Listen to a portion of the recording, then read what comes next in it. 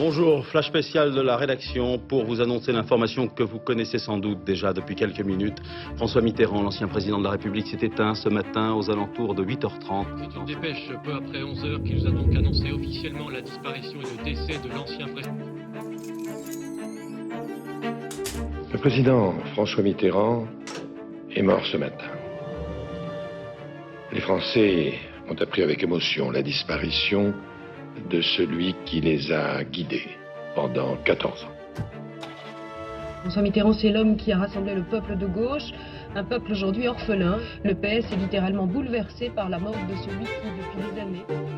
Beaucoup de Français, beaucoup de socialistes aujourd'hui sont dans le recueillement et dans le souvenir. Et ce qu'il faut leur dire, c'est qu'ils nous laissent peut-être une formidable leçon de courage. Je l'ai revu quelques temps après son départ de l'Élysée.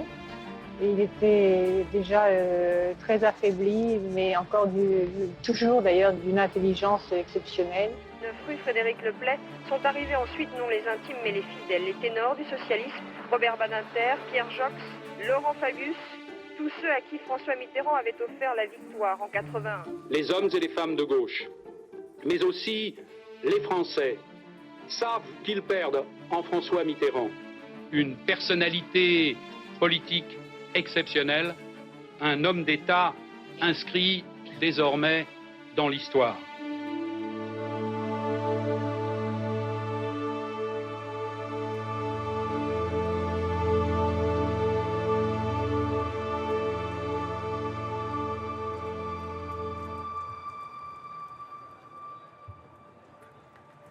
Deux jours après la mort de François Mitterrand, sa voix résonne sur la place de la Bastille à Paris. Amis qui m'entendez, c'en est fini de nos rencontres de ce type. Pour ce soir et d'autres soirs, il y aura d'autres combats, vous y serez, je n'en serai pas éloigné.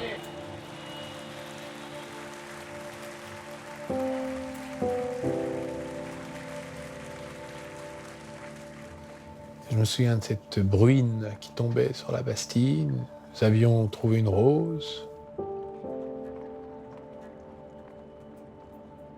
Il pleut sur la ville comme il pleut sur nos cœurs.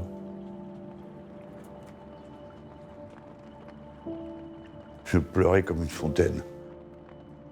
J'avais pour lui une affection très vive. Je n'avais pas de lien, je ne connaissais pas François Mitterrand, mais le paradoxe, c'est que j'ai organisé une partie de cet hommage. J'étais en charge de la communication du Parti socialiste à ce moment-là.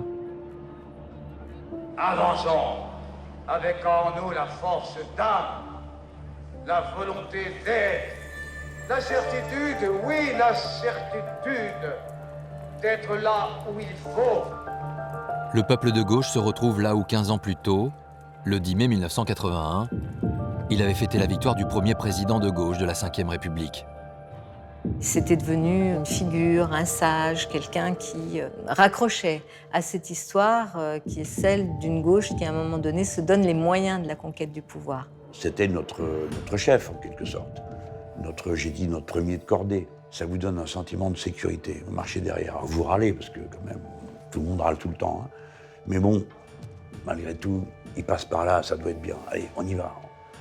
Alors, il nous manquait terriblement. À peine était-il mort qu'il manquait. Mêlés à la foule d'anonymes, les héritiers du leader socialiste sont tous là pour saluer sa mémoire. Plusieurs d'entre eux sont pourtant lucides sur l'état dans lequel il a laissé sa famille politique, en quittant le pouvoir. Pour la gauche, d'une certaine façon, politiquement, il était déjà mort depuis un certain temps. Les dernières années du règne de François Mitterrand, on peut dire que ce sont des années épouvantables. Avec un parti socialiste complètement décomposé, c'est un vaisseau fantôme. Un vaisseau fantôme que la nouvelle génération promue sous François Mitterrand rêve de reconstruire. Je crois aux forces de l'esprit et je ne vous quitterai pas. Toute cette jeune garde a le sentiment de porter en elle une part de l'héritage de ce père politique, une part de son ambition aussi. La génération Hollande, Ségolène Royal, les Manuel Valls encore plus jeunes, ainsi de suite, elle est dans la foule. Elle constate, elle regarde ce changement d'époque. mais elle n'en est pas encore acteur. Ils sont encore jeunes, peut-être un peu tendres, mais ils sont là. Et on sait que c'est autour de ces personnalités-là que la gauche va aussi s'organiser et vivre. Ils s'appellent donc Ségolène Royal, Lionel Jospin, François Hollande, Jean-Luc Mélenchon, Dominique Strauss-Kahn, Manuel Valls, Martine Aubry et Arnaud Montebourg. C'est leur histoire que vous allez découvrir, une histoire commune et parallèle à la fois, la chronique des habitants d'une maison familiale située rue de Solferino à Paris. Ce sont 20 ans d'épisodes mouvementés qui conduiront l'un d'entre eux à l'Élysée, François Hollande, qui a décidé de ne pas briguer un deuxième mandat.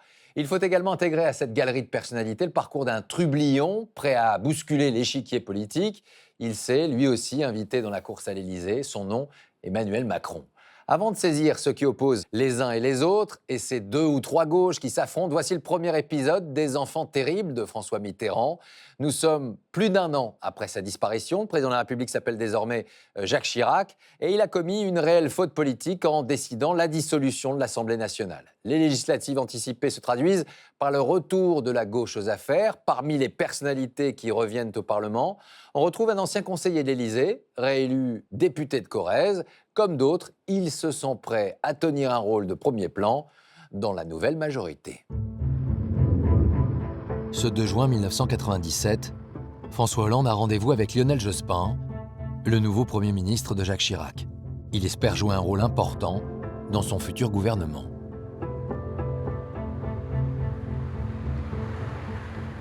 François Hollande, c'est à l'époque un député de grand talent, spécialisé dans les questions économiques, budgétaires, financières et surtout la fiscalité. Il se voyait plutôt à l'économie et aux finances. Mais il n'aura rien de tout cela. Comme au temps de François Mitterrand, c'est sa compagne Ségolène Royal qui est une nouvelle fois nommée ministre. Lionel Jospin a l'idée d'un autre poste pour lui.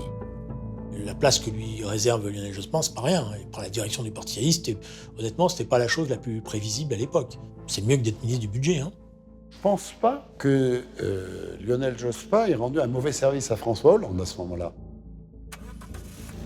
Passé la première déception, François Hollande comprend très vite l'intérêt pour sa carrière de prendre la tête du parti. Il nous revient de ne pas nous installer dans le confort du pouvoir qui rend sourd au bruit des déceptions et aveugle devant une réalité... C'est lors de ce congrès, à Brest, que l'élection de François Hollande doit être validée par un vote des militants. Gardons-nous de tout contentement de nous-mêmes. Un autre héritier de François Mitterrand convoite le même poste. Il espère bousculer ce qui s'annonce déjà comme un plébiscite. Jean-Luc Mélenchon a toujours eu beaucoup de mal avec les socialistes raisonnables. Je trouvais que les rapports politiques de François Hollande manquaient de densité. Il n'aime pas la non-pensée politique de François Hollande, c'est-à-dire qu'au fond, il l'accuse de n'avoir aucune croyance. En représentant l'aile gauche, minoritaire au sein du Parti socialiste, le sénateur Jean-Luc Mélenchon sait qu'il n'a aucune chance de l'emporter. Mais il entend semer les graines pour l'avenir. Gardez-vous de l'hégémonisme et des excès réducteurs auxquels il peut conduire. Il serait inouï qu'on veuille la gauche plurielle à l'Assemblée, au gouvernement dans les élections, et qu'on la veuille, qu'on la souhaite, monocolore dans nos rangs. Il fait sûrement ce jour-là son plus beau discours, impressionnant tout le monde, avec beaucoup d'emphase. Je m'en tiens à la leçon que m'a donnée peu de temps avant qu'il disparaisse, celui dont j'avoue avec fierté qu'il était un maître à penser pour moi, le président Mitterrand. Il me dit, le président Mitterrand, ne cédez jamais. Marchez votre chemin. Je marche, monsieur. Jean-Luc Mélenchon avait évoqué Mitterrand en disant « Je marche, monsieur ». Déjà, il était en marche, Jean-Luc Mélenchon. Comme quoi, la marche, c'est quand même un vieux truc. La concurrence entre les deux hommes ne va pas empêcher les petits arrangements. Une scène étonnante se joue alors en coulisses. Un marchandage sur la répartition des suffrages, bientôt exprimé. On va s'arranger sur le score. Je te donne, on va dire, 15% des voix. Moi, je garde 85%. On s'arrange comme ça. Tu sauves la face, t'existes dans le parti.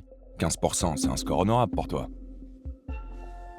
C'est un épisode peu glorieux de la vie du PS. Bon, c'est la première fois qu'on élisait le premier secrétaire au suffrage universel direct. Mais comme personne n'était habitué à ce genre de vote, et que ça semblait être une formalité, disons que la régularité des opérations était plus que discutable.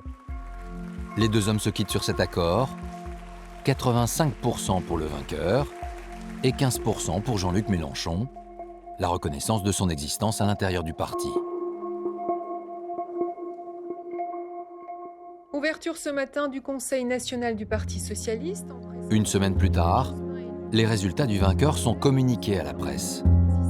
Il a été élu à la tête du PS avec 91,9% des suffrages des militants. Une victoire à 91,9% des voix.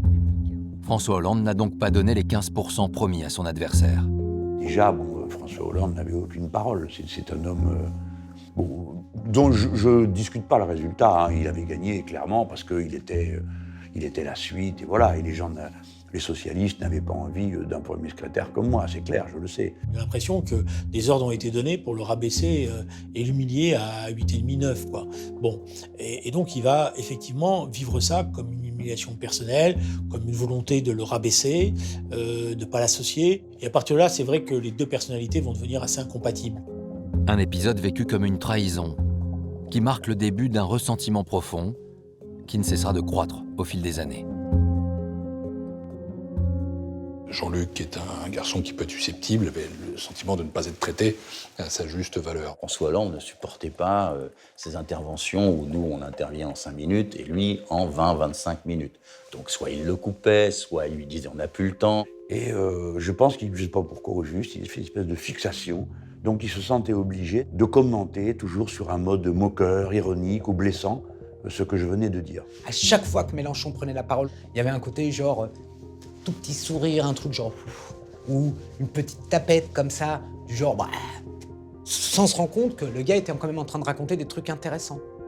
Il avait envie de tourner la page. Et il devait me ressentir comme une espèce d'anachronisme qui était là, et qui lui a tenu tête, et qui, pour finir, lui damera le pion.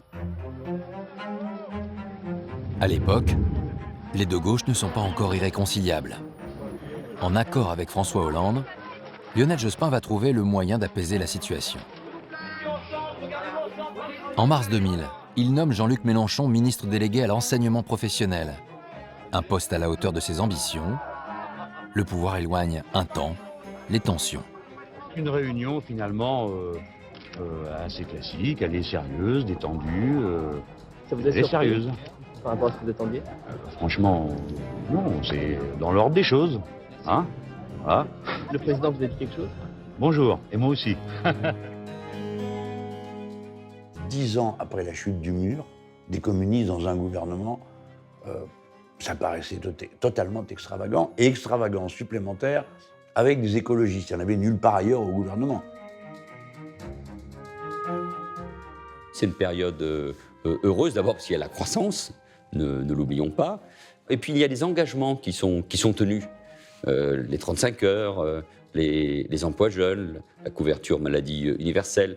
Et puis la personnalité de Lionel Jospin, sa rigueur politique, intellectuelle, font du bien. Ça a été pour la gauche, je pense, des années de référence sur la façon de gouverner, l'art de gouverner, et aussi sur les résultats du gouvernement. Le bon bilan des 5 années menées par Lionel Jospin à la tête de la gauche plurielle le pousse naturellement à être le candidat légitime à l'élection présidentielle de 2002. Malgré la présence de 4 autres concurrents à gauche, il se montre assez confiant à la veille du premier tour. Imaginez juste une minute, monsieur le Premier ministre, monsieur le candidat, que vous soyez pas au second tour. Oui. Vous votez pour qui? Non, j'ai une imagination normale, mais tempérée par la raison quand même. Ouais. Donc, c'est impossible. Disons pas ça, mais ça me paraît assez peu vraisemblable. Hein? Bon, donc on peut passer à la question suivante peut-être. On pense effectivement que normalement on est en situation de gagner la présidentielle. L'état-major de Lionel Jospin était déjà dans la préparation du deuxième tour et avait déjà tout un plan qui était très très très minutieusement préparé. Après une mauvaise campagne face à Jacques Chirac, certains dans l'état-major socialiste sont plutôt inquiets sur l'issue du résultat. Les sondages nous indiquent qu'il n'est pas impossible que nous soyons éliminés. Mais au fond, on n'y croit pas. On voit que c'est pas bon, on ne voit pas surgir le Front National. À ce moment-là, personne ne l'imagine, ou en tout cas veut l'imaginer. Enfin, c'est un déni. C'est un déni de ce qui se passe, de ce qu'on voit, de ce qu'on entend. Le scénario de l'élimination au premier tour est mis de côté par l'équipe de campagne, notamment lorsqu'elle rédige en avance 2 déclarations du candidat pour le soir du premier tour. Il y en a une qui est, finalement, on a eu une bonne surprise, on est près de Jacques Chirac et donc on appelle au sursaut, et une autre où on est assez décroché par rapport au candidat de la droite et on appelle au rassemblement pour une victoire à l'arraché. Nous n'avons pas évoqué de 3e scénario.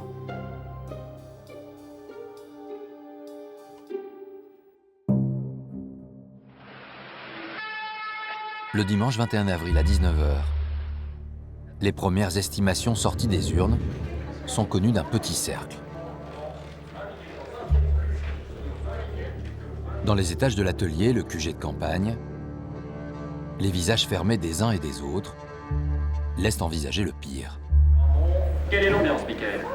Ici, l'ambiance commence à être assez effervescente. Évidemment, ici également, donc, des chiffres circulent. Chacun compare un petit peu les données qu'il a. Les résultats définitifs tombent en cascade. Et ils confirment tous la percée du candidat du Front National. Le Pen est en tête à Valence, est en tête à Romans, est en tête à Montélimar, est en tête à Nyons, est en tête de partout. Je viens d'avoir Belle à la Blanay en tête. Je viens d'avoir Repsamen à Dijon, c'est une catastrophe. Mais c'est la gauche qui s'écroule. C'est la gauche qui s'écroule. Pour la première fois, la gauche ne sera pas au second tour d'une élection présidentielle. C'est une défaite historique pour le Parti socialiste. Tout s'effondre ce jour-là, quoi. Tout s'effondre, pour tout le monde. Ce choc d'être éliminé dans un premier tour, il est vécu comme le premier soubresaut très très très profond, le premier grand tremblement de terre qui fait bouger le Parti socialiste.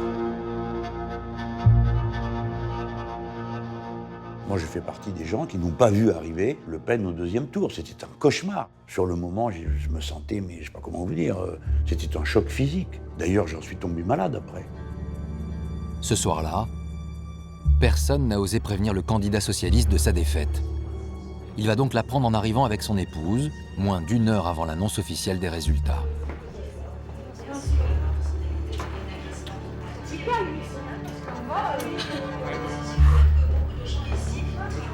Quand j'ai vu Lionel Jospin rentrer, et la violence de se dire « moi je sais »,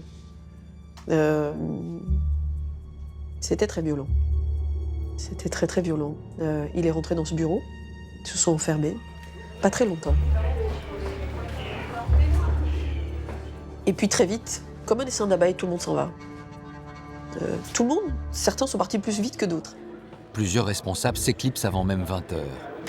Dominique Strauss-Kahn, mais également Laurent Fabius, suivi de peu par François Hollande. François Hollande, ce soir-là, a été invité du plateau de TF1. Et donc, on part avec lui en voiture.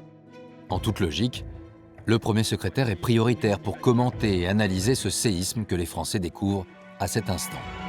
En tête, Jacques Chirac, 20% des voix. Énorme surprise, Jean-Marie Le Pen semble devoir être le second avec 17%.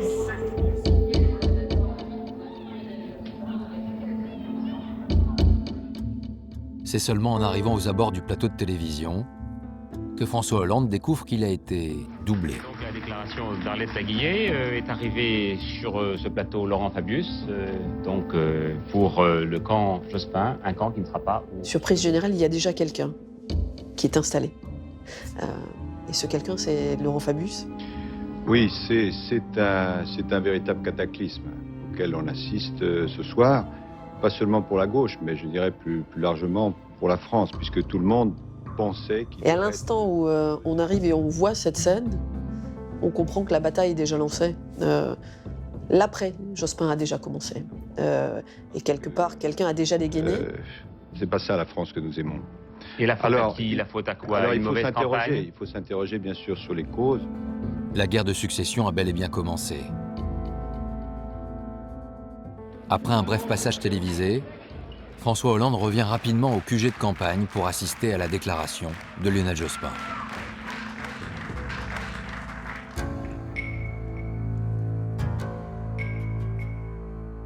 J'assume pleinement la responsabilité de cet échec et j'en tire les conclusions en me retirant de la vie politique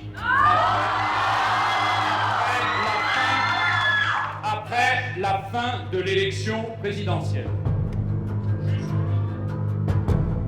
Il n'y a pas d'héritier vraiment de Lionel Jospin, ni Strauss-Kahn, ni Fabius. Là, il y a une gauche orpheline, orpheline de sa défaite, orpheline de sa représentation politique, et tout peut exploser. Qui peut relever le Parti socialiste laissé en ruine après cette défaite? Lionel Jospin ne va-t-il pas attirer dans sa chute François Hollande, l'homme qu'il a placé à sa tête? La nuit qui s'ouvre sera propice à la réflexion.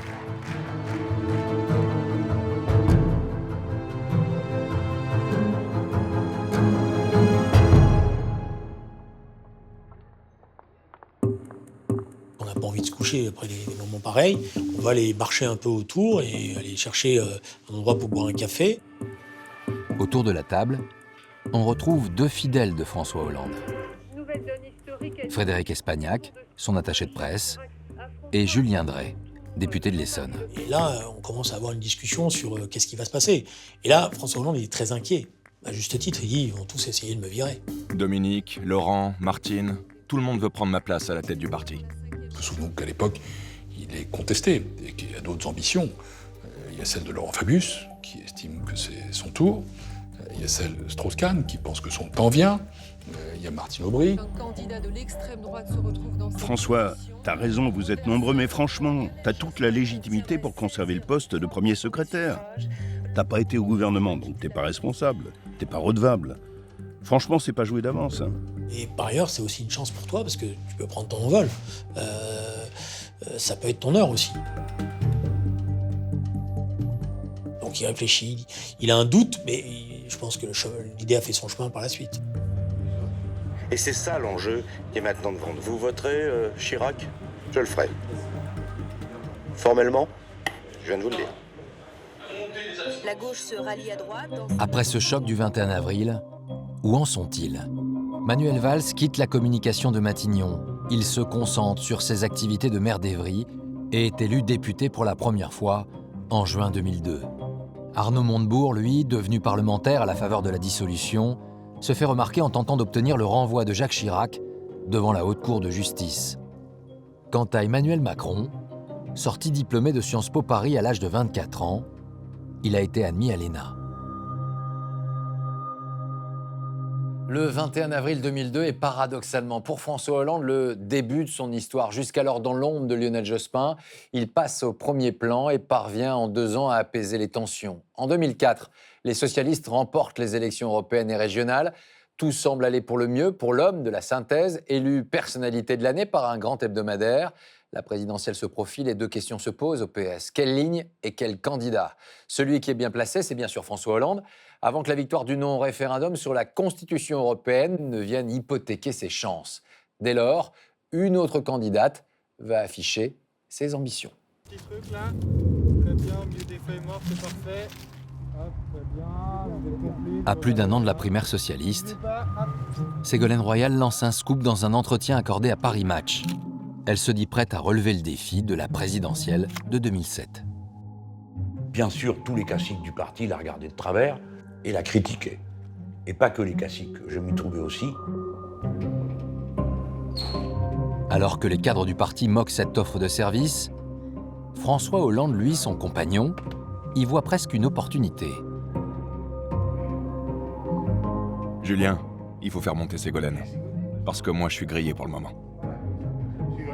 Il nous dit, bon, il faut que vous l'accompagniez parce qu'elle n'a pas forcément l'expérience et la connaissance de l'appareil du Parti socialiste, donc aidez-la. Je trouvais bizarre que le premier secrétaire du PS que j'avais rejoint pour l'aider à être candidat à l'élection présidentielle me demande d'aider sa femme. Bon, je trouvais ça un peu bizarre. Tu comprends, ça me donne du temps pour me refaire. Ségolène peut prendre des voix à tout le monde. Et après, je reviens et je rafle la mise. Dans les faits, le premier secrétaire est affaibli politiquement. Et cela après le rejet du référendum sur la Constitution européenne, qu'il a ardemment défendu quelques mois plus tôt.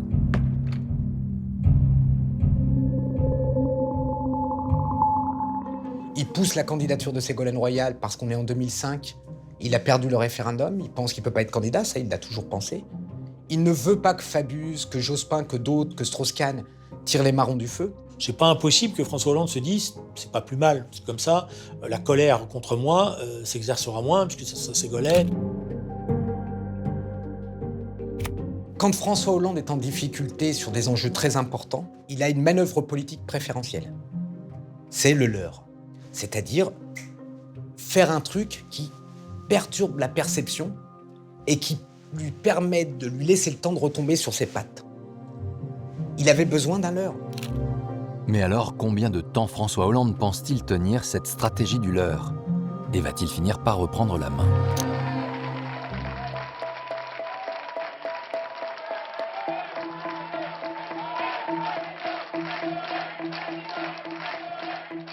Quand on s'y est mis et que l'affaire a commencé à monter, il n'était pas content. Plus Ségolène Royal montait dans les sondages, plus la campagne prenait, plus le mec tirait la gueule. On commence à nous dire qu'on en fait trop. Et on lui dit, mais on n'en fait pas trop. Il y a une réalité. Il faut que tu prennes en considération cette réalité. En août 2006, la situation a bien échappé à François Hollande. La présidente de la région Poitou-Charentes apparaît comme une candidate de plus en plus sérieuse. Et le phénomène se mesure à sa popularité. Vous l'avez compris, c'était notre première émeute à Frangy-en-Bresse. Nous avons fait face.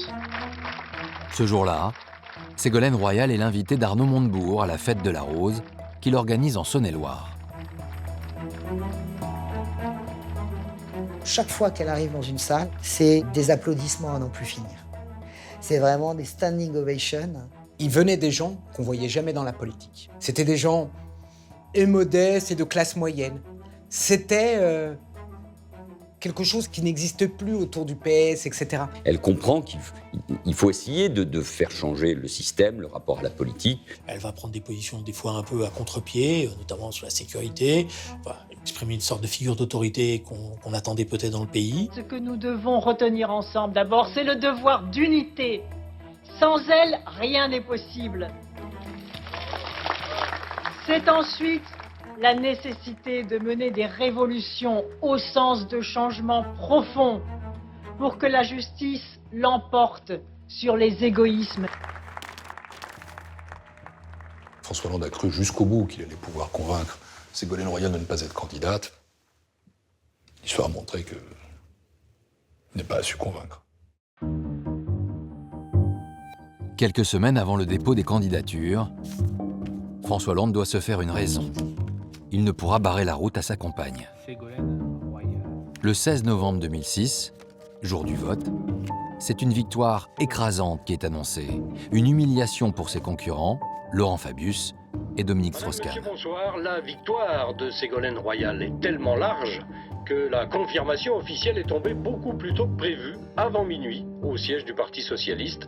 Selon les dernières estimations, elle recueillerait environ 60% des suffrages. Comme d'habitude chez les socialistes, les ambitions individuelles sont plus fortes que le projet collectif. Lors de ce congrès qui acte l'investiture de Ségolène Royal, la candidate est bien seule face à ses ennemis du premier rang, à ceux qui n'ont pas envie de la voir porter les couleurs du socialisme. Le 12 janvier 2007, la campagne présidentielle bat son plein. Arnaud Montebourg, le jeune ambitieux, est devenu porte-parole de Ségolène Royal. Il est invité à la télévision avec Nadine Morano, soutien du candidat de la droite, Nicolas Sarkozy. Je voudrais que vous fassiez une autocritique de votre candidat. Qu'est-ce qui va pas Qu'est-ce qui ne va pas chez Nicolas Sarkozy, Nadine? Qu'est-ce qui ne va pas, Arnaud, chez Ségolène Royal? Ségolène Royal n'a qu'un seul défaut, c'est son compagnon.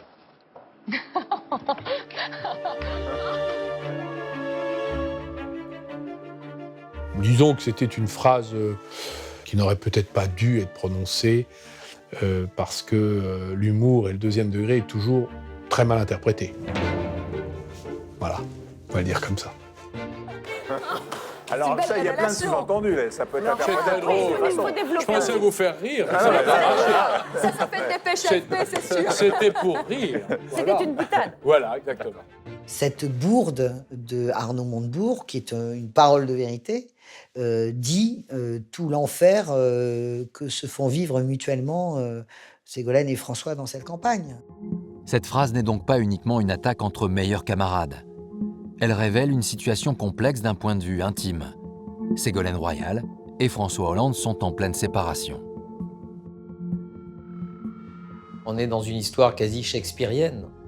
Ce couple qui a été une entreprise politique, sentimentalo-politique pendant 30 ans, eh bien à un moment donné, leurs deux ambitions se heurtent. Et malheureusement pour eux, il y a en plus l'affect qui vient se mêler à ça. Personne ne peut soupçonner ce qui est en train de se passer entre ces deux-là. Ils le cachent, parce que c'est aussi les rois du maquillage, mais personne ne peut soupçonner que ce couple n'est plus un couple. On le verra à la fin. Il n'y a pas que dans sa vie personnelle que la candidate se sent abandonnée. Celle qui s'est affranchie du PS se retrouve confrontée aux vieilles querelles de courant. La candidate ne peut compter sur aucun appui, mais simplement sur des coups. À chaque fois que la candidate essayait d'apporter des idées nouvelles, vous aviez les éléphants du parti qui envoyaient leur tronc pour attraper et tirer les bras de la candidate. On sent bien qu'une partie de la gauche et du Parti socialiste, au-delà de sa personnalité, ont du mal à la suivre. Et donc, à un moment, dans la campagne, le poids du Parti socialiste était extrêmement difficile à porter. Elle a eu, c'est vrai, beaucoup qui ont parié sans doute sur sa défaite. Bisbille interne entre François Hollande et Ségolène Royal à propos de la fiscalité. Rivalité entre le Parti socialiste et l'équipe de campagne de la candidate, installée dans ses bureaux du boulevard Saint-Germain. Et pour couronner le tout, des sondages qui donnent désormais Nicolas Sarkozy gagnant, les handicaps se cumulent. J'ai été abandonnée par le parti, qui a joué, je pense, dès le départ, mon échec, oui. Tout en se disant, on va observer ce qui se passe, etc. Vous ne pouvez pas retrouver dans les archives un seul dirigeant du parti qui dit une phrase positive sur moi. Pas une phrase en toute une campagne. François Hollande fera un seul meeting avec Ségolène, ce sera à Limoges, en avril, très tard dans la campagne. C'est la crise d'une candidate qui est portée par le peuple et plus par l'appareil. Donc il y avait en fait une grande solitude dans cette campagne, une immense solitude politique.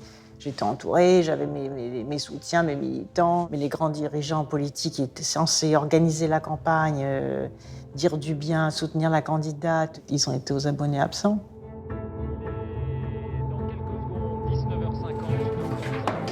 10 minutes, voici l'image que vous découvrirez. Ce drapeau tricolore s'effacera pour vous laisser apercevoir le visage de celle ou de celui qui est élu président de la République ce soir. En attendant, on va se diriger vers la Maison de l'Amérique latine. C'est là que Ségolène Royal est attendue, quelques minutes seulement après 20h, pour son intervention. Ségolène Royal sait déjà qu'elle a perdu l'élection présidentielle face à Nicolas Sarkozy. Mais pour elle se joue aussitôt une autre bataille, interne celle-là. Neutraliser ses ennemis et prendre le contrôle du Parti socialiste. Je vous indique que Jean-Louis Borloo, Dominique Strauss-Kahn et Jean-Marie Cavada nous ont rejoints. Il y a un conseil très intelligent qui lui est donné, parle tout de suite. Parce qu'ils sont tous déjà en studio pour tous te faire la peau. Fabius, Strauss-Kahn et François Hollande. Arnaud, Ségolène Royal est-elle en train de quitter l'endroit ? Ça y est, je confirme qu'elle sort en ce moment, elle est derrière moi, donc elle quitte son QG de campagne au 282, vous la voyez peut-être derrière moi. Ségolène Royal vient de sortir accompagnée de ses directeurs de campagne. Le cortège se déplace comme il peut, entouré d'une nuée de motos et de caméramans. Et sa déclaration est imminente, nous dit-on, dans l'entourage de Ségolène Royal. Qu'elle attende quand même juste les 20 heures, hein, parce que sinon elle nous met dans le pétrin. Hein. Je pense qu'elle aura cette sagesse. D'accord. Il reste plus que quelques secondes. Et tous nos invités sont là sur ce plateau pour attendre ce moment fatidique. Ça y est, les Français ont tranché et c'est dans quelques secondes maintenant. Voici le résultat de notre estimation Ipsos Del. C'est Nicolas Sarkozy qui est élu président de la République avec 53% des voix. À peine le résultat annoncé, Ségolène Royal apparaît souriante, radieuse même, pour sa toute première déclaration. Et tout de suite, direction la Maison de l'Amérique latine, puisque dès 20h01, Ségolène Royal s'apprête à prendre la parole.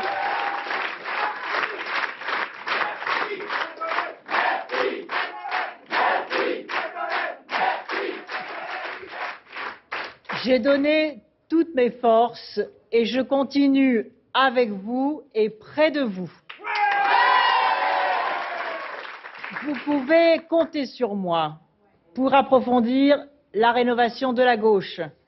Mon engagement et ma vigilance seront sans faille au service de l'idéal qui nous a rassemblés, qui nous rassemble et qui va, j'en suis sûre, nous rassembler demain pour d'autres victoires.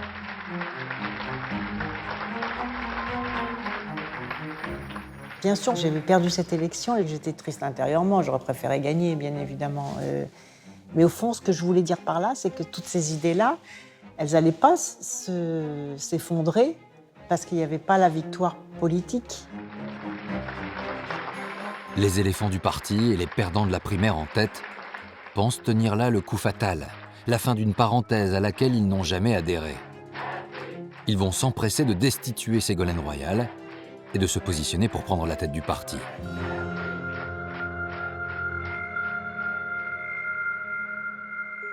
Est-ce que c'est l'échec du PS? Est-ce que c'est l'échec de la candidate du PS pour vous ce soir? Je crois que c'est une très grave défaite. D'autant que c'est la 3e fois consécutive que nous perdons une élection présidentielle. Et je pense à l'immense déception de ceux qui voulaient que l'espoir et le renouveau soient portés par la gauche. Qui doit faire cette rénovation à présent? C'est Ségolène Royal, comme on vient de l'entendre, ou c'est vous ou quelqu'un d'autre? Eh bien, la rénovation social-démocrate que j'ai initiée ne l'a pas encore emportée dans le Parti socialiste. Il faut maintenant mettre en œuvre ce renouveau. C'est la condition de l'espoir, et moi, je suis disponible pour cela. L'élection était à peine finie, elle était enterrée vive. C'était terminé, ils avaient déjà tourné la page et ils étaient déjà en train de se demander avec qui, avec quoi ils allaient faire la suite. Le drapeau de la gauche, M. Pujadas, est à terre. Il faut le relever. La gauche, ce n'est pas je. La gauche, c'est nous. Elle a été trop personnalisée, cette campagne? On va pas refaire les présidentielles, elles sont là. Portée par la ferveur qui l'accompagne, la candidate perdante ne se laisse pas impressionner par toutes ces attaques. Vous découvrez avec nous cette image de Ségolène Royal qui, j'imagine, se trouve rue de Solferino. Dans son esprit, la défaite n'est qu'une étape dans la bataille qu'elle a engagée.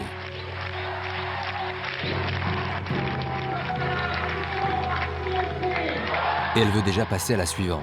Et tous ensemble, nous allons continuer cette extraordinaire campagne. Tous ensemble, tous ensemble. Vers 22h, Ségolène Royal va s'entretenir en tête-à-tête avec François Hollande dans le bureau du premier secrétaire. Une caméra, postée dans l'immeuble d'en face, filme la scène. Et s'il manque le son, un geste répété de la main traduit toute sa détermination. Je me souviens même plus. Je dois dire que c'était possible, on aurait dû gagner. C'est ça que je dis, je pense.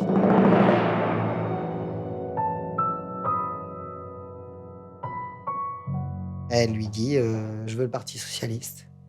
La tradition au Parti socialiste, c'est que voilà, le candidat à la présidentielle devient naturellement le premier secrétaire. Et François Hollande lui dit oui, d'accord, je vais voir, tu sais, ça va être compliqué. Et Ségolène lui dit non, non, non, non, c'est pas que ça va être compliqué, tu vas le faire. Et il le fera jamais, bien sûr. Ségolène Royal a tenté en vain d'anticiper le remplacement de François Hollande à la tête du PS, mais personne n'a voulu lui accorder cette faveur.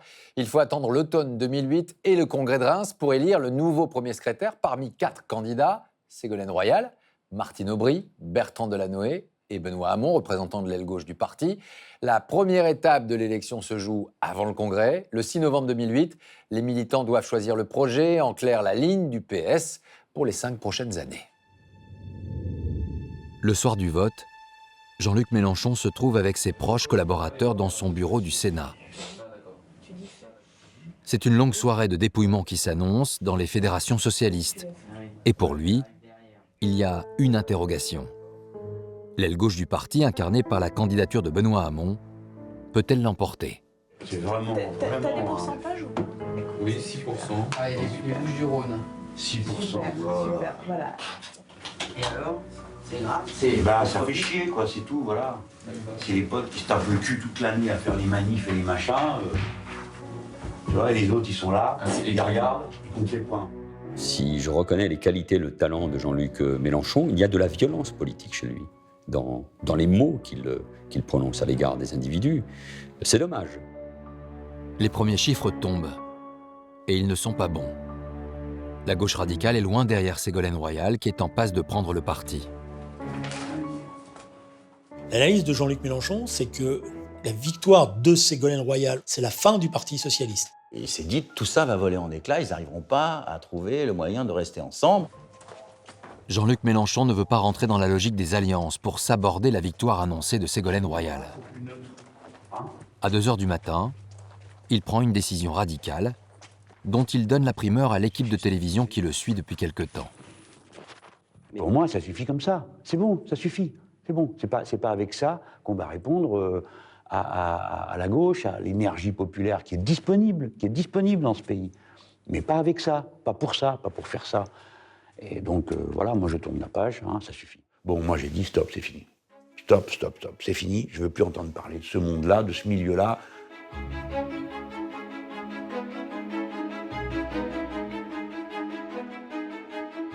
Nous, quand on était jeunes, on était toujours en train de critiquer le PS. Ah, c'est pas assez. Et lui, tous les jours, à chaque grande réunion, il nous faisait sa petite leçon de pourquoi, malgré tout, il faut rester au PS. Lui, paradoxalement, c'est lui qui s'est barré. Je pense qu'il a plus confiance sur le fond, dans son parti.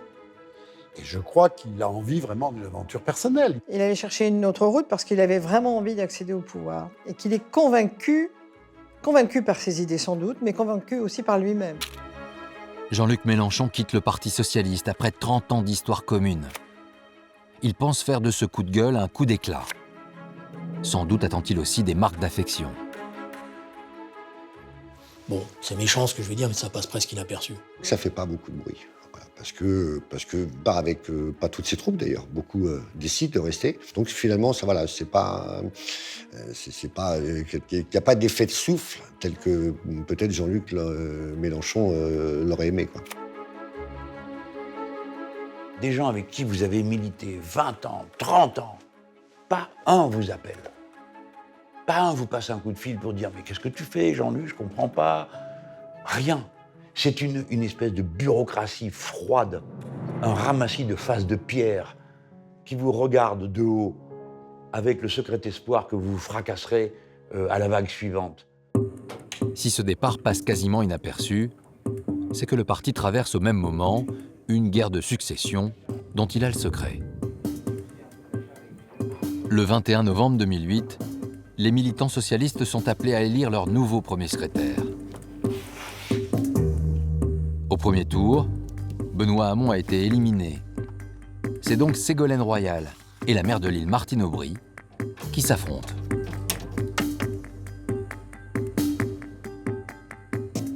Vous avez à la fois Martine Aubry, donc, qui a l'aura de la femme politique à caractère difficile, dit-on souvent, mais solide femme d'État.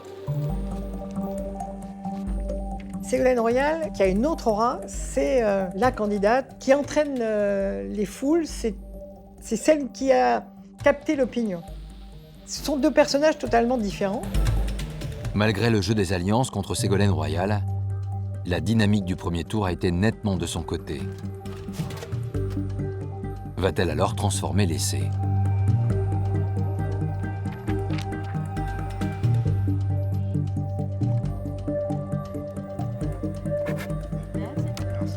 C'était la première fois qu'il y avait peut-être un enjeu aussi fort. Dans les précédents congrès, on savait d'avance qui allait gagner. Et la panique gagne le camp de Martine Aubry. En particulier dans le Nord, son fief, où des instructions ne tardent pas à tomber dans les sections socialistes.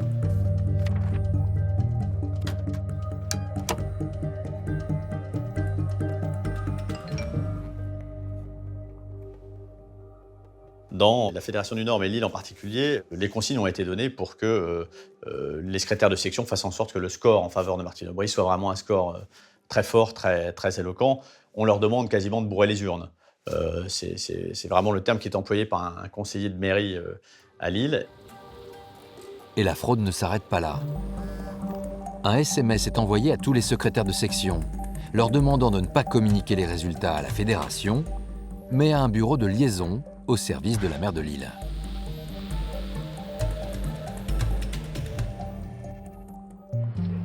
Les bureaux ont fermé en fin de journée. Et à 22 h, les partisans de Ségolène Royal sont réunis pour attendre les premières estimations.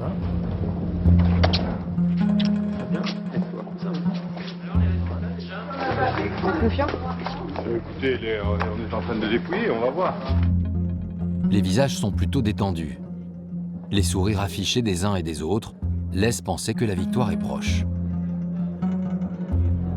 À 22h30, j'envoie un SMS à François Hollande, premier secrétaire du PS, pour lui demander alors quels sont les résultats.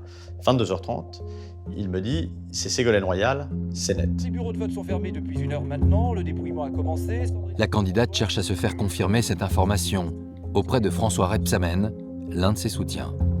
Vous l'avez dit, les bureaux de vote ont fermé il y a 1 heure tout juste, donc les résultats des premières fédérations commencent à arriver. Elle est chez elle à Boulogne, elle est en train de préparer son discours de vainqueur, parce que Rebsamen lui a dit c'est bon, il y a un écart très considérable, donc elle a gagné. Et c'est moi, Ségolène lui dit t'es sûr vraiment que j'ai gagné ? Oui, c'est bon, c'est bon. Il lui donne les chiffres, elle a vraiment gagné.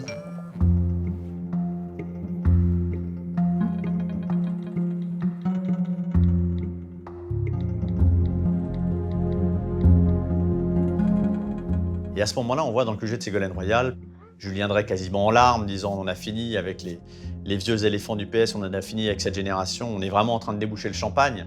On voit les sourires sur les visages. Une légère avance de Ségolène Royal. Bien entendu, il faut avoir les chiffres officiels et les confirmations. Alors que le camp de la gagnante a déjà l'esprit à la fête, un coup de théâtre va se produire.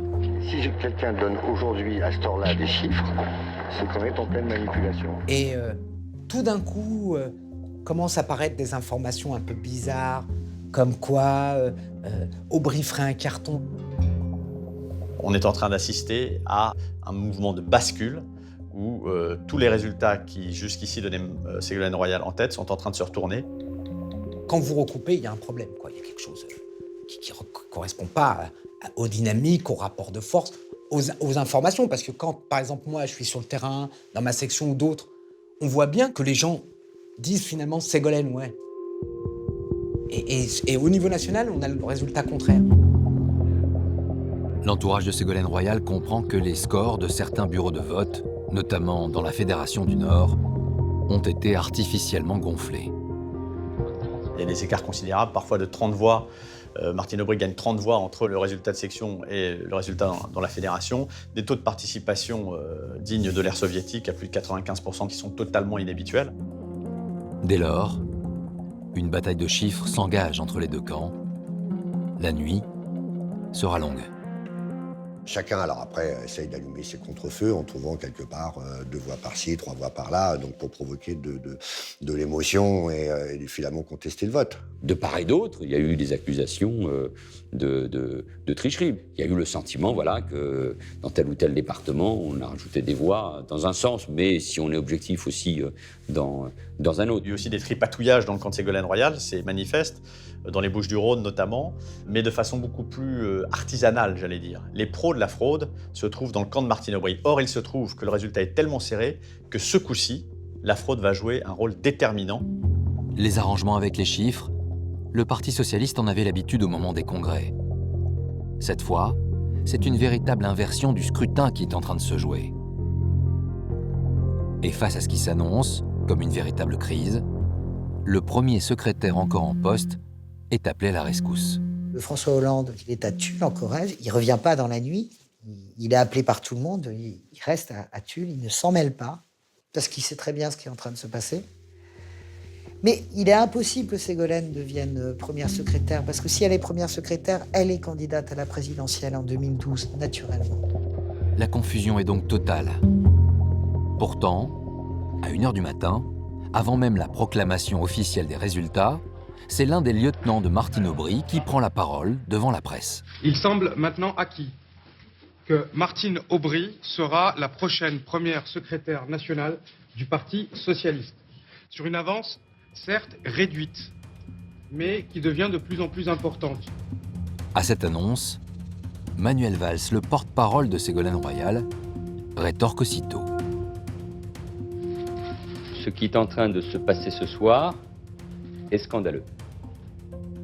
Que des responsables du Parti socialiste, en rien habilités, soient en train de proclamer des résultats il y a un instant, c'est du jamais vu. Il est, comme souvent, l'un des plus déterminés dans cette bataille. Il ne se pose pas trop de questions, il y va avec force et énergie. C'est lui aussi qui montra très fort en menaçant de porter plainte contre le Parti socialiste et contre le camp d'en face pour rétablir la victoire de celle qu'il défend, Ségolène Royal. Nous ne nous laisserons pas voler cette victoire. C'est la raison pour laquelle nous ne pouvons pas accepter des annonces prématurées, des tricheries qui sont indignes d'une grande formation politique. Bonjour, Ségolène Royal ou Martine Aubry, toujours pas de résultat. La direction du Parti socialiste fait savoir qu'elle ne peut pas encore annoncer de vainqueur. Après une interminable nuit de recomptage, Ségolène Royal apprend au petit matin le résultat adressé par mail par la direction du parti. Et là, badaboum, éclaté, c'est Aubry qui l'emporte à la surprise générale. Martine Aubry ne l'emporte qu'avec 42 voix d'avance sur sa concurrente. Ils ont triché, c'est tout. Voilà, la triche. C'est pour ça que quand j'entends le parti parfois donner des leçons des leçons de morale sur le fonctionnement démocratique dans tel ou tel pays, ça m'amuse. C'est avec une grande émotion que j'ai accueilli ces résultats, mais aussi avec gravité. Chacun le sait. La victoire de Martine Aubry est entérinée 3 jours plus tard. C'est ce que nous ont dit les Français. Ségolène Royal renoncera finalement à porter plainte. Je comprends la déception de Ségolène Royal et de ceux qui ont voté pour elle et qui l'ont accompagnée. Si jamais je traîne les dirigeants qui ont triché au tribunal, c'est le parti qui va en être douloureusement frappé. Et donc, qui va être bénéficiaire de cela? Ça sera que la droite, finalement. Elle ne veut pas être la dame de la scission. Et elle sent bien qu'on est au bord de cela. Donc elle va, d'un certain point de vue, accepter une forme de compromis qui, quand même, va la marginaliser. Voilà. Elle lâche, et c'est la fin de l'histoire politique de Ségolène Royal. La question n'est plus de savoir qui a perdu ou qui a gagné. On ne saura jamais, en vérité, qui l'avait emporté. Mais ce qui compte, c'est le résultat. C'est qu'à la fin, il n'y avait pas d'éléments suffisamment probants dans un sens ou dans l'autre, et que ce résultat a fini par être accepté et partagé. Ça a donné une image catastrophique du Parti socialiste. Et nous avons tous été abîmés dans cette confrontation. À l'issue de cette élection mouvementée, les cartes sont une nouvelle fois redistribuées à l'intérieur du Parti socialiste. Martine Aubry a pris le pouvoir. Dès lors, François Hollande et Ségolène Royal entament chacun une traversée du désert. Manuel Valls, lui, député maire d'Évry, est jugé trop libéral dans sa famille politique. Arnaud Montebourg cumule les mandats de député et de président du Conseil général de Saône-et-Loire. Enfin, Emmanuel Macron est désormais banquier d'affaires. Ségolène Royal a donc subi un nouveau coup d'arrêt dans son ascension politique, portée cette fois par Martine Aubry. La maire de Lille a fait main basse sur le PS. Sous son impulsion, le parti adopte un texte d'orientation politique qui prône un socialiste de gouvernement ancré à gauche. Un engagement pris jusqu'en 2011, année de la primaire qui doit désigner le candidat socialiste à l'élection présidentielle. Surnommé Monsieur 3% en raison des intentions de vote, François Hollande n'entend pas, pour autant, se plier au diktat du favori des sondages. François Hollande vient de subir une petite intervention chirurgicale à l'hôpital Cochin. Et malgré cette pause forcée, il a toujours en tête la présidentielle. François Hollande n'est pas le favori de cette primaire, évidemment. Personne, d'ailleurs, ne le calcule plus vraiment. Il est sorti des radars, plus personne ne mise un euro sur lui. À ce moment précis, tous les espoirs socialistes sont tournés vers un homme en poste à Washington, le directeur général du FMI. Vraiment en superstar pour 3 jours à Paris. Sa visite dépasse de très loin le cadre de l'économie mondiale. Tout le monde ne parle que de son éventuelle candidature à l'élection présidentielle. Dominique Strauss-Kahn est le candidat vraiment préféré par les sondages. Il paraissait par sa modernité, son intelligence, comme celui qui pouvait porter nos couleurs. Il lui pose à chaque fois les mêmes questions. Rêve-t-il de l'Élysée? Il avait rassemblé quasiment tout le monde, jusqu'à des très proches de François Hollande. En ça, le gars est malin, quoi. Au lieu d'affronter les autres, il a fait un pacte. Et tout le monde est rentré dans ce pacte, au bout du compte, sauf un. Il n'y en a qu'un qui n'est pas rentré. Cet homme qui refuse l'alliance, c'est François Hollande. Alors qu'il est toujours hospitalisé, il reçoit un appel. Dominique Strauss-Kahn, en effet, le convoque. En lui disant, écoute, je suis de passage à Paris. Tel jour, telle heure. La rencontre est fixée le jour de sa sortie de l'hôpital. Pour éviter les indiscrétions, elle a lieu dans un appartement, à l'abri des regards. Et là, Dominique Strauss-Kahn est très clair. Il lui dit soit tu te couches, soit toi et tes potes, vous n'aurez rien. Personne n'aura de poste, et je vous briserai d'une certaine façon. Donc fais allégeance, sinon tu partiras tout nu. Tu dois t'effacer. Enfin, et puis si tu le fais pas, tu n'auras rien. C'est pas le genre de choses qu'il faut dire à François Hollande. Dominique, j'ai bien entendu ton offre, mais j'irai jusqu'au bout de la primaire. Et puis on verra bien qui gagne. J'ai jamais vu se laisser acheter pour un poste, ou pour quoi que ce soit d'ailleurs. Malgré cette tentative d'intimidation et sa faiblesse dans les sondages, François Hollande n'entend pas s'effacer au profit de Dominique Strauss-Kahn. Je lui dis, mais ils sont tous chez lui. Il est ultra balèze. Il est en bonne position dans les sondages. Je lui dis, au fond, pourquoi tu n'es pas d'accord? Pourquoi t'as pas passé un deal avec lui? Parce que, honnêtement, Hollande, c'est pas le genre kamikaze, ça se voit, quoi, un peu. C'est plutôt calculateur. Et il me dit, parce que, il y a un moment, il faut prendre un risque. Genre, il y a une carte, vous voyez la carte, comme dans les jeux, genre Joker. Il l'a choisi, son risque, sur ce point-là. C'est un homme qui a préparé son programme et qui, je crois, étonnamment, n'a aucun doute sur le destin qui est le sien. Le 31 mars 2011, François Hollande annonce sa candidature à la primaire, prévue 6 mois plus tard. Il est déterminé à affronter le favori des sondages, qui devrait bientôt se déclarer à son tour. Mais c'est un autre scénario qui va se jouer. Bonsoir à tous. L'information nous est parvenue il y a une vingtaine de minutes. Dominique Strauss-Kahn aurait été arrêté hier à New York. Dominique Strauss-Kahn devrait être inculpé pour agression sexuelle, pour tentative de viol et pour séquestration. Il est, à l'heure qu'il est, entendu par la police aux États-Unis. Ruth Elkrief, c'est un coup de tonnerre aux États-Unis. C'est évidemment un coup de tonnerre en France. Tout le monde est tombé à la renverse. On est tous quand même choqués. Le premier sentiment, c'est celui-là. Au Parti socialiste, l'une des réactions les plus attendues est celle de la première secrétaire qui soutenait DSK, Martine Aubry. Martine était une tristesse infinie, parce que à la fois elle voyait la situation dans laquelle était Dominique Strauss-Kahn et la situation dans laquelle était le Parti socialiste. Les nouvelles qui nous parviennent depuis cette nuit de New York sonnent à l'évidence comme un coup de tonnerre. Et je suis moi-même, comme tout le monde, totalement stupéfaite. J'en appelle à chacun à attendre la réalité des faits, à respecter la présomption d'innocence, et puis à tous à garder la décence nécessaire. Le lendemain de son arrestation, le patron du FMI réapparaît pour la première fois.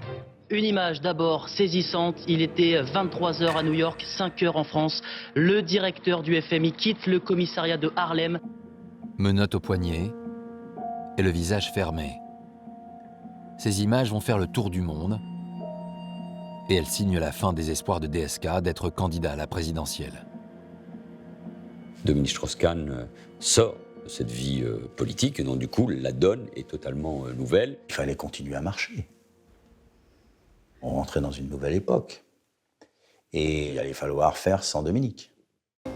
Au sein de l'état-major socialiste, la question est maintenant de savoir qui peut remplacer le favori des sondages. Martine Aubry se retrouve désormais en première ligne. Très vite, on se dit, bon, il va falloir qu'on s'y mette là, maintenant, parce qu'elle va être obligée d'être candidate à la primaire.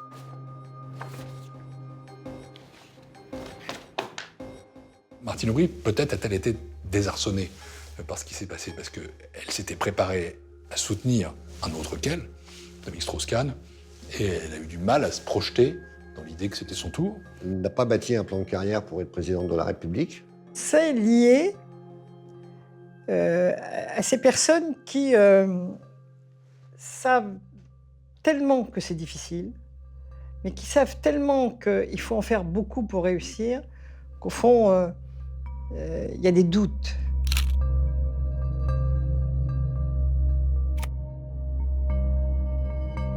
C'est assez surprenant, une femme politique importante dont tous les éléments montrent qu'elle est dans une montée, une responsabilité, une possibilité, mais qui en fait a un moteur interne qui rétropédale. La première secrétaire mettra plus d'1 mois à se décider, bien après les candidatures d'Arnaud Montebourg, de François Hollande, de Manuel Valls et de Ségolène Royal.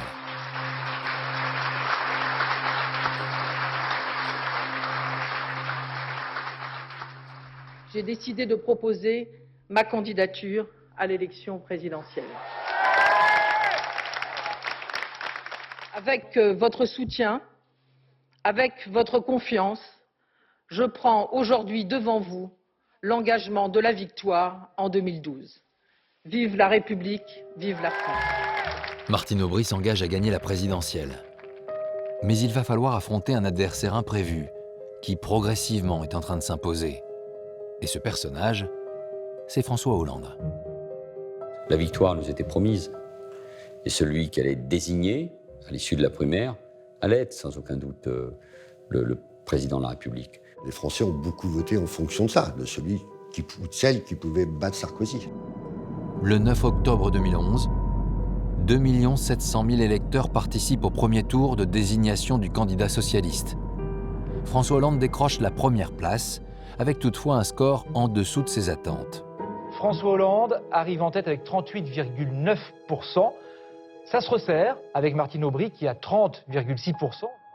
Le fait que Martine passe la barre des 30% et que François Hollande soit en dessous de 40%, tout d'un coup, les choses n'étaient plus aussi écrites d'avance. Le vainqueur et sa garde rapprochée tiennent tout de suite une réunion à huis clos. Ils savent que pour l'emporter face à Martine Aubry, il est indispensable d'obtenir le ralliement des autres candidats. Manuel Valls, crédité de 5,6% des voix, est le premier à se prononcer. Mon rôle est d'être très clair ce soir, de défendre mes convictions. Et mes convictions m'amènent tout simplement à appeler à voter et à nous rassembler autour de François Hollande.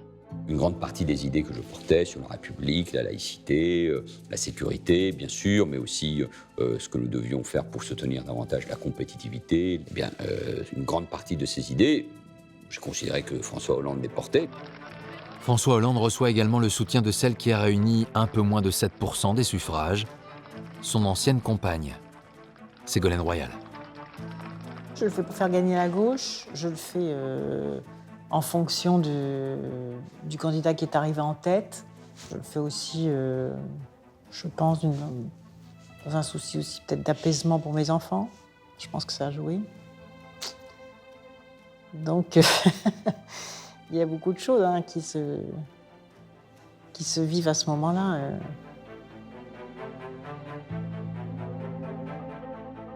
Arrivé en 3e position avec 17% des voix, Arnaud Montebourg est la grande surprise de ce premier tour. C'est à lui d'affirmer désormais une préférence, et son alliance avec François Hollande n'est pas une évidence. Politiquement, François Hollande, d'une certaine façon, si on veut schématiser les choses, est le plus à droite. Martine Aubry est le Parti socialiste, on va dire, centriste, et Arnaud Montebourg, lui, est plutôt à gauche. On se souvient que le mot-clé de sa primaire, à Montebourg, le mot qui le fait monter et qui lui donne son score, c'est démondialisation. Donc, en toute logique, tout le monde s'attend, sur le fond, à ce qu'il soit plutôt proche de Martine Aubry. Alors ça va? Le lendemain, les deux hommes se croisent par hasard dans les loges de France Télévisions. Et Arnaud Montebourg entretient le mystère. On a besoin du 3e homme pour arbitrer la place des pupitres. Bon, écoute, bon courage, bonne chance, à bientôt. Arnaud est surprenant parce qu'il peut être à la fois structuré et en même temps ne pas avoir la trajectoire d'un homme structuré.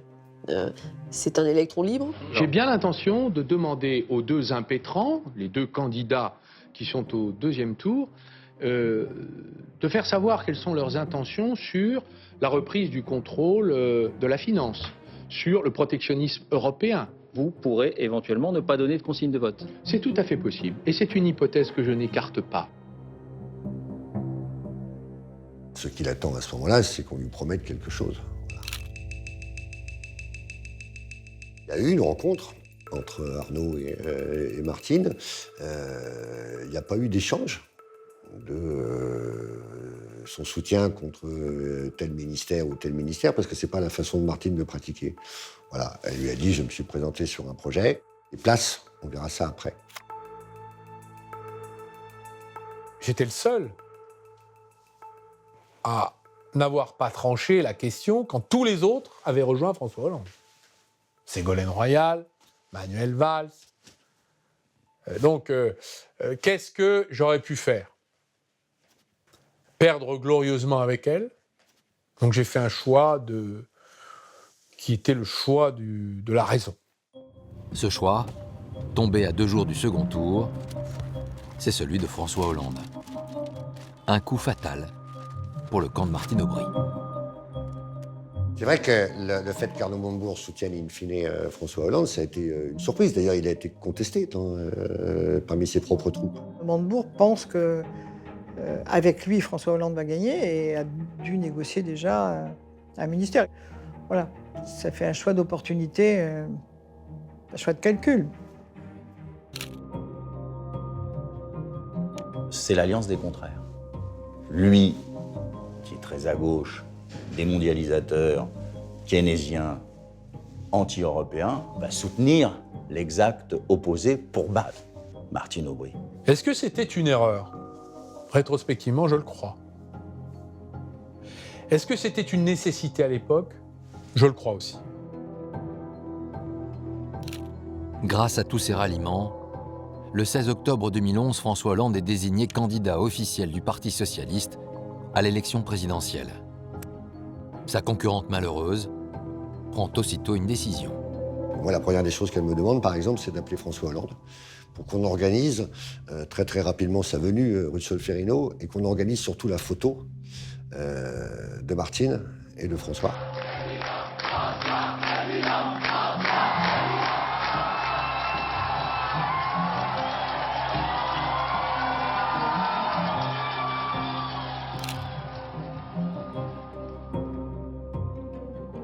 Son objectif tout de suite, ça a été, il faut qu'il gagne. Il faut qu'il gagne.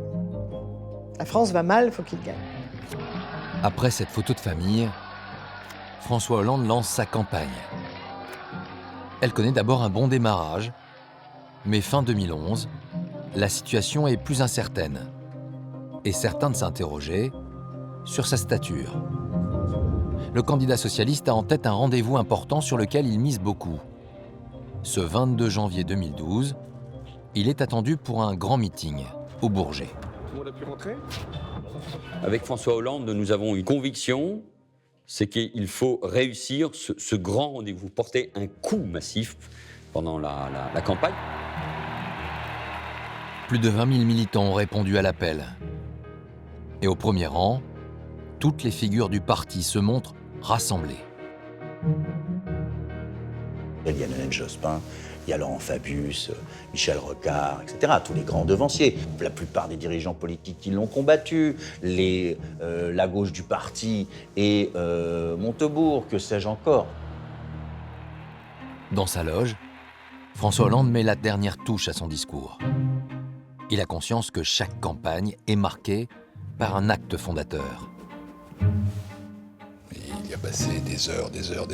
C'est quelqu'un qui sait que les grands discours peuvent être des moments, comme on dit, fondateurs. Et il a mis beaucoup lui-même, sinon tout lui-même, dans ce discours. Quand il sort de la loge, on sait qu'il est serein et on sait qu'il est satisfait de lui-même. Ce qui est rare chez François Hollande.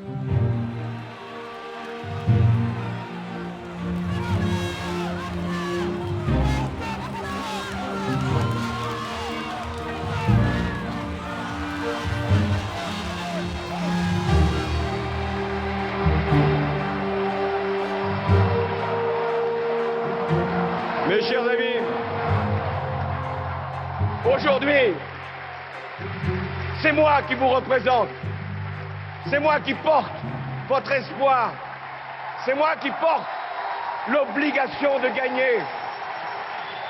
C'est moi qui va, dans ce combat, vous conduire à la victoire, celle que vous attendez depuis trop longtemps. À ce moment-là, c'est la transmutation de Hollande. Il devient le chef, ce qu'il n'a jamais été. Je veux conquérir le pouvoir, mais je ne suis pas un vorace. Je veux simplement le mettre au service des Français.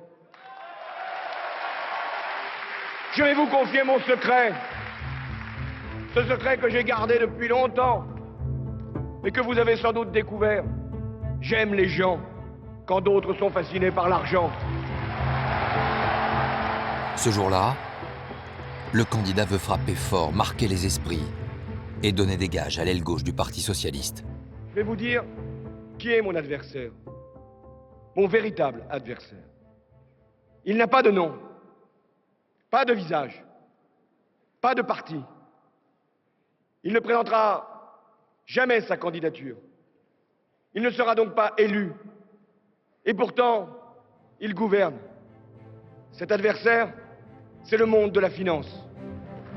D'un discours d'1h30, ce sont ces mots fermes contre le monde de la finance qui vont entrer en résonance et occulter en quelque sorte un programme pourtant plus mesuré. On a voulu le ramener à une phrase, comme si tous les Français de gauche avaient vu dans cette phrase la rupture avec le capitalisme. Non, le discours, reprenez-le, ce n'est pas ça. C'est un discours extrêmement équilibré et social-réformiste. Notre campagne était une campagne réaliste. Nous disions que nous allions rester dans la sphère européenne, que nous allions ramener les déficits en dessous de 3%, et nous ne promettions pas la lune. Mobilisons-nous, rassemblons-nous, et dans 3 mois, nous ferons gagner la gauche, avancer la France, et nous réussirons le changement, j'y suis prêt. Au Bourget, François Hollande est parvenu à fédérer autour de lui l'ensemble du parti, jusqu'à son aile gauche, comme François Mitterrand avait réussi à le faire, avant lui. Je vis le Bourget comme un beau meeting. En tout cas, ça donne de la dynamique de campagne. On avait tous besoin de quelque chose pour nous rassembler, d'un ciment, d'une sorte de totem. Et le discours du Bourget, c'est un totem. C'est un tournant. Et c'est sans doute ce discours qui aura fait aussi sa victoire. Vive la République et vive la France!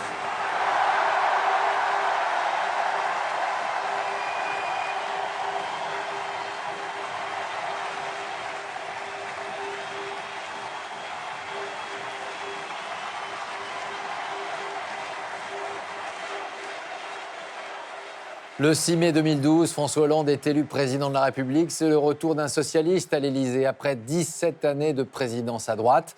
Jean-Marc Ayrault est nommé Premier ministre. Martine Aubry, à qui ce poste n'a pas été proposé, refuse d'entrer au gouvernement. Elle quitte la direction du PS et s'efface ensuite du premier plan de la scène politique. Manuel Valls et Arnaud Montebourg sont récompensés de leur soutien. Le premier obtient le ministère de l'Intérieur, le second celui du redressement productif. Dès lors, le chef de l'État parviendra-t-il à gouverner à gauche et à fédérer sa famille politique autour de son mandat, comme il l'a fait pendant la campagne? Voici venu le temps de l'exercice du pouvoir et de sa dure réalité. Tout au long de sa campagne, François Hollande a promis une présidence normale, exemplaire, en rupture avec celle du président sortant. Quand Sarkozy a été battu, on a peut-être oublié ça, il y a eu comme un soulagement dans le pays. Parce que cette personne électrise le monde entier, quoi. Donc Hollande se sentait le devoir d'apaiser la société. Il avait simplement misé sur le fait qu'en s'affichant comme l'anti-sarkozyste absolu, l'homme qui allait pacifier la France, le président normal, eh bien ça allait suffire à faire baisser la tension dans le pays. La réalité politique ne va pas tarder à le rattraper. Un mois seulement après son arrivée, le rapport annuel de la Cour des comptes révèle des finances publiques très dégradées, bien plus qu'il ne l'imaginait. C'est un quinquennat qui survient dans des conditions extrêmement difficiles. La crise est là. Et nous héritons d'une situation économique, je le sais, je suis ministre du Comité des Finances, qui est mauvaise. Des finances publiques en capilotade, une économie avec une croissance anémique et un chômage qui continue de monter. Et il y a une erreur qui est commise d'entrée de jeu, c'est de ne pas avoir dit clairement les choses sur la situation du pays. Nous aurions dû dire, c'est beaucoup plus difficile que nous pensions, toutes les promesses que nous avons engagées, nous ne pourrons pas les accomplir. Mais ce n'est pas la stratégie adoptée par le chef de l'État, qui préfère taire cette situation de faillite dans laquelle se trouve la France. Il croit beaucoup à l'importance de la psychologie en économie. Donc il considère que si on envoie des signaux négatifs, on accentue en quelque sorte la crise qui est déjà là. François Hollande n'avait sans doute pas imaginé les conséquences de ce choix du silence. L'absence des réformes économiques promises jette le trouble dans l'opinion. Tout de suite, il s'est trouvé dans une situation d'impopularité. Et on lui a fait un procès en amateurisme, un procès en décision molle. L'anti-landisme est devenu quasiment une idéologie où tout le monde, tout va mal. Rien n'est possible. L'image du président semble déjà abîmée et une affaire va la ternir un peu plus encore. Début décembre, une enquête d'un site d'information met en cause son ministre du Budget, Jérôme Cahuzac. Un ministre du Budget soupçonné d'évasion fiscale, ça n'est pas rien. Jérôme Cahuzac a-t-il possédé un temps un compte en Suisse? C'est ce qu'affirme Mediapart. Hollande tombe des nues, parce que c'est tout ce que n'est pas Hollande a priori, c'est-à-dire l'attrait du gain, le mensonge, la moralité. Voilà, Hollande, jusqu'à preuve du contraire, n'a jamais été pris dans une affaire. Et là, dans un premier temps, c'est un peu la stupéfaction et le scepticisme qui l'emporte. L'accusation lui paraît tellement énorme qu'il a quand même du mal à y croire. Le président convoque aussitôt Jérôme Cahuzac, l'un des hommes forts de son dispositif. Il incarne une ligne de fermeté en matière d'évasion fiscale. Jérôme Cahuzac lui certifie dans son bureau que tout cela n'est que mensonge et qu'il n'a pas de compte en Suisse. François Hollande, il est confronté aux dénégations vraiment fermes et réitérées de son ministre, les yeux dans les yeux, lui venant lui dire « mais je suis victime d'une cabale, je le prouverai, c'est n'importe quoi ». Et François Hollande, jusqu'au bout, veut croire que Jérôme Cahuzac est sincère. Il ne voit pas la duplicité chez Jérôme Cahuzac et puis il fait confiance. C'est son principe, je fais confiance. Je dément catégoriquement les allégations contenues sur le site Mediapart. Je n'ai pas, monsieur le député, je n'ai jamais eu de compte à l'étranger, ni maintenant, ni avant. Et c'est donc devant la justice que je m'expliquerai devant ces contradicteurs en attendant d'eux des éléments probants qui, à ce jour, font manifestement défaut. Merci, monsieur le député. Le président de la République maintient son ministre à son poste, tandis que la justice est saisie d'une pièce à conviction. Une conversation enregistrée à l'insu de Jérôme Cahuzac, dans laquelle il reconnaît détenir un compte en Suisse. Une enquête est ouverte par le procureur de Paris, et là, très vite, les magistrats ont la certitude que la conversation téléphonique était authentique. Le ministre du Budget est entendu le 2 avril 2013. Et il finit par avouer, après 4 mois de déni, qu'il est bien un évadé fiscal. À partir de ce moment-là, immédiatement, Cahuzac est débarqué. Pour Hollande, c'est un cataclysme personnel. D'abord, parce qu'il se sent trahi comme jamais. Non seulement il a commis une faute contre l'éthique personnelle, mais en plus il a commis une faute politique contre sa famille. Ça nous a salis, ça nous a abîmés. On survit à ça, mais on en est affaibli. Le chef de l'État va tenter de reprendre la main, de limiter les dommages collatéraux, en faisant de cette affaire le point de départ d'une République plus exemplaire. Je suis donc amené à prendre 3 décisions. D'abord, renforcer l'indépendance de la justice. Ensuite, assurer la publication et le contrôle sur les patrimoines des ministres et de tous les parlementaires. Enfin, les élus condamnés pénalement pour fraude fiscale ou pour corruption seront interdits de tout mandat public. Les difficultés économiques, cet épisode Cahuzac et d'autres affaires remettent finalement en cause l'autorité de François Hollande. Et 2 ans après son élection, une première sanction tombe. Ces premières estimations montrent que la gauche perd Reims, Saint-Étienne, Pau. Le 30 mars 2014, la gauche subit une défaite historique aux élections municipales.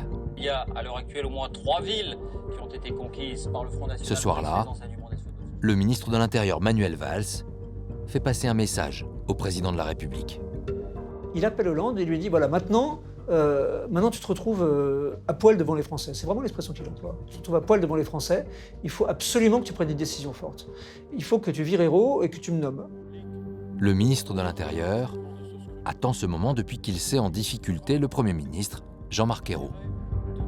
Nous n'arrivions plus à travailler dans le gouvernement Ayrault. Les décisions ne se prenaient pas, on avait des problèmes de fonctionnement considérables. Et nous parlons d'ailleurs souvent, lui et moi, de la relation entre un président de la République et un Premier ministre, sans parler de moi en particulier. Ayrault n'avait aucune autorité sur son gouvernement et que par ailleurs, il était totalement inaudible dans l'opinion publique. Le président de la République tirera les enseignements de ce scrutin. Et il le fera dans l'intérêt de la France. Le choix de Manuel Valls, c'est une évidence.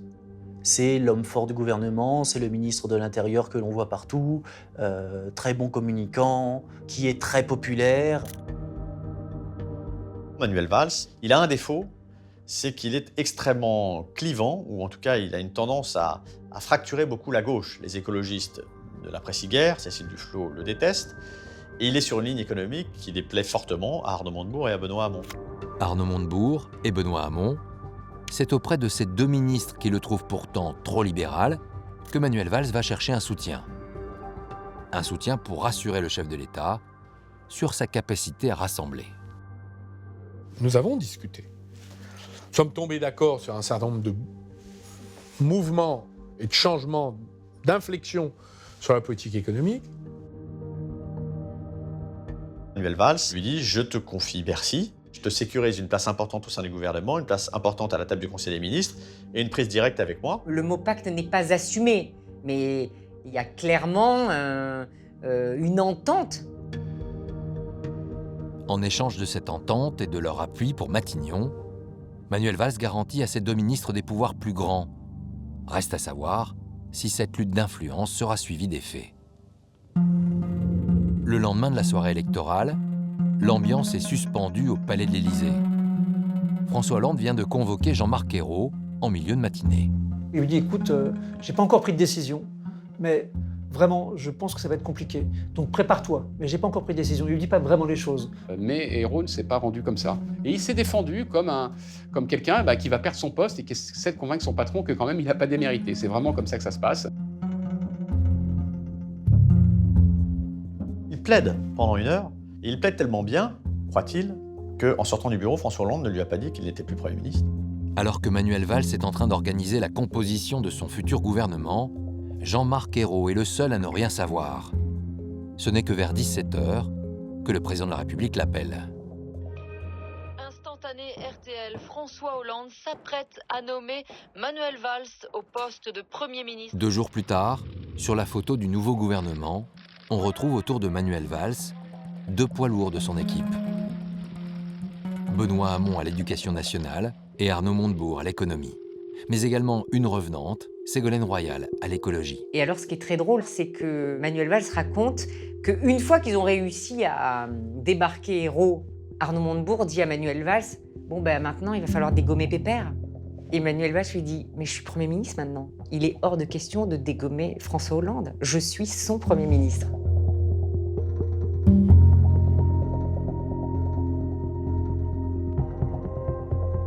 Jusqu'à quand tiendra cette loyauté réclamée par le Premier ministre à l'égard du président? Cette alliance contre nature entre deux gauches que tout semble opposer est-elle viable? Le 24 août 2014, Arnaud Montebourg reçoit Benoît Hamon pour sa traditionnelle fête de la Rose. Quelques jours plus tôt, le président de la République a révélé un plan de redressement économique, des propositions jugées trop libérales par le ministre de l'économie et son nouvel allié au gouvernement. Ce jour-là, Arnaud Montebourg entend faire de ce rassemblement une tribune de contestation des mesures économiques décidées par François Hollande. À nos yeux, la politique économique qui va être confirmée va se traduire par de la pauvreté en plus, des inégalités en plus. Il est normal que le ministre de l'économie mène le débat sur les orientations économiques du pays. Et il faut le mener devant l'opinion publique, avec les Français, avec les parlementaires, avec l'opposition aussi. Avec le président de la République. Eh oui! On a parfaitement conscience de la portée de ce que nous allons dire. Les conséquences qu'en tireront le Premier ministre et le Président de la République, par définition, on les ignore. Mais on y est prêt. La promesse de remettre en marche l'économie, de retrouver le chemin de la croissance, d'obtenir le plein emploi, elle n'a pas fonctionné. Aujourd'hui, l'entêtement et l'obstination à poursuivre les politiques de réduction des déficits est donc une erreur qui risque d'être mortelle et il faut avoir l'intelligence d'en sortir. Mon discours est un discours d'une limpidité totale. Je demande au président de la République une inflexion majeure de politique économique. Pendant 45 minutes, le ministre de l'économie dénonce la politique d'austérité, avant d'y ajouter une dernière provocation soutenue par Benoît Hamon. Ils ont quand même décidé de faire ces bouteilles de vin avec des étiquettes cuvées du redressement.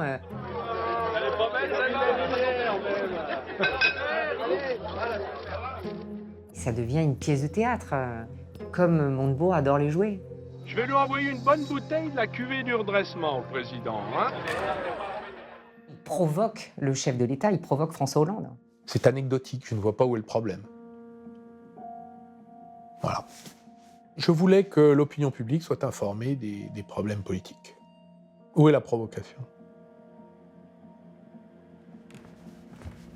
À l'Élysée, le président de la République découvre en direct cette charge sévère. Julien Dray est à ses côtés. Il voit tout de suite qu'il y a un problème qui est en train de s'installer et que ce problème va prendre de l'ampleur. Les propos étaient quand même violents et il y avait un ton insolent surtout. On voit bien que c'est l'autorité du Premier ministre, du Président de la République qui sont un peu défiés par ces élèves troublions dans la classe, quoi. Pour Valls, la faute a été commise. Et donc il dit ça ne peut pas durer comme ça ne peut pas tenir. Le lendemain matin, le Premier ministre présente au chef de l'État la démission de son gouvernement. On peut sans hésiter parler de coup de théâtre politique. La décision est radicale. C'est un remaniement éclair qui s'annonce. Manuel Valls va présenter sa nouvelle équipe dès demain et manifestement, les frondeurs n'y auront plus leur place. Manuel Valls reçoit à Matignon celui qui est désormais son ancien ministre de l'économie. Arnaud Montebourg entre dans le bureau de Manuel Valls en chantant la chanson des Doors, This is the end. Je lui dis oui, voilà, c'est terminé. C'est la chanson des Doors. This is the end, my friend. Arnaud est venu détendu ou faussement détendu, c'est son caractère. En plus, on s'est toujours bien entendu. Et donc, il chante, même en arrivant, il sifflote. Et on se parle, on en rigole un peu, mais il sait de toute façon qu'il a quitté le gouvernement. C'est un divorce par consentement mutuel. Moi, je ne voulais pas prolonger mon bail puisque nous n'étions pas d'accord. 5 mois après l'arrivée de Manuel Valls, l'exécutif se retrouve confronté à une grave crise politique. Toute l'aile gauche a été exclue du gouvernement. Il reste 24 heures pour remplacer plusieurs ministres, dont celui de l'économie. François cherche quelqu'un qui peut incarner un nouveau visage. Plusieurs noms sont évoqués. Ensemble, avec le président de la République, nous considérons qu'il faut plus que jamais promouvoir une nouvelle génération. Un nom est alors proposé au président, celui de son ancien secrétaire général adjoint à l'Élysée. Totalement inconnu du grand public, Emmanuel Macron est un énarque de 36 ans, ex-banquier d'affaires, à la réputation libérale. Macron a tout pour plaire. Il est jeune, il est séduisant, il a du charisme, il vient d'un univers qui lui est totalement étranger, le monde des affaires, des banques, etc. C'est quelqu'un qui trouve très brillant. Il y a une complicité très forte entre ces deux hommes, qui est d'ailleurs presque une complicité filiale. C'est le fils politique de François Hollande, quelque part. C'est le fils qui s'est choisi.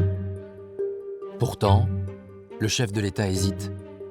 Peut-il faire de cet homme sans aucun parcours électoral un solide ministre de l'économie ? Il trouvait que c'était trop tôt et qu'il fallait qu'Emmanuel Macron, s'endurcisse un peu. Il ne rentre pas dans les canons de la politique comme François Hollande l'a pratiqué et la pratique encore.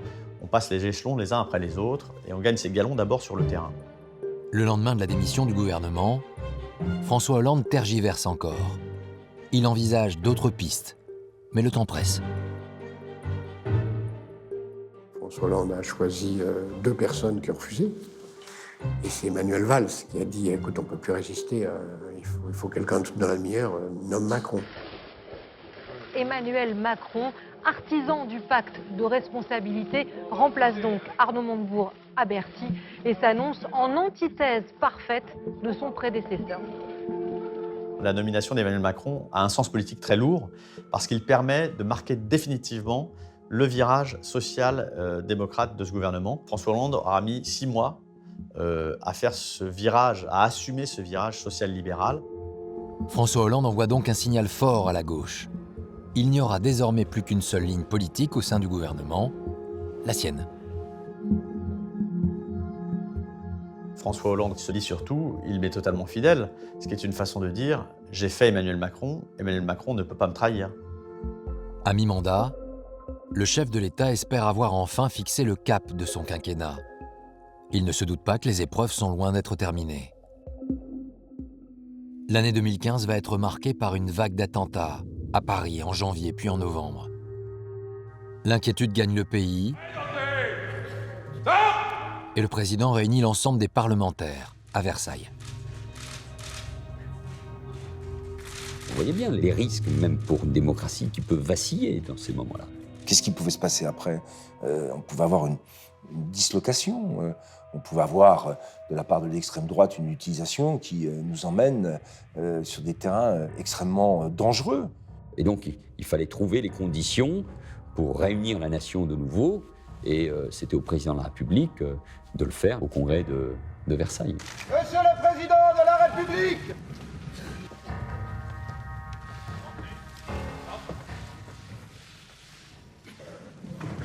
La France est en guerre.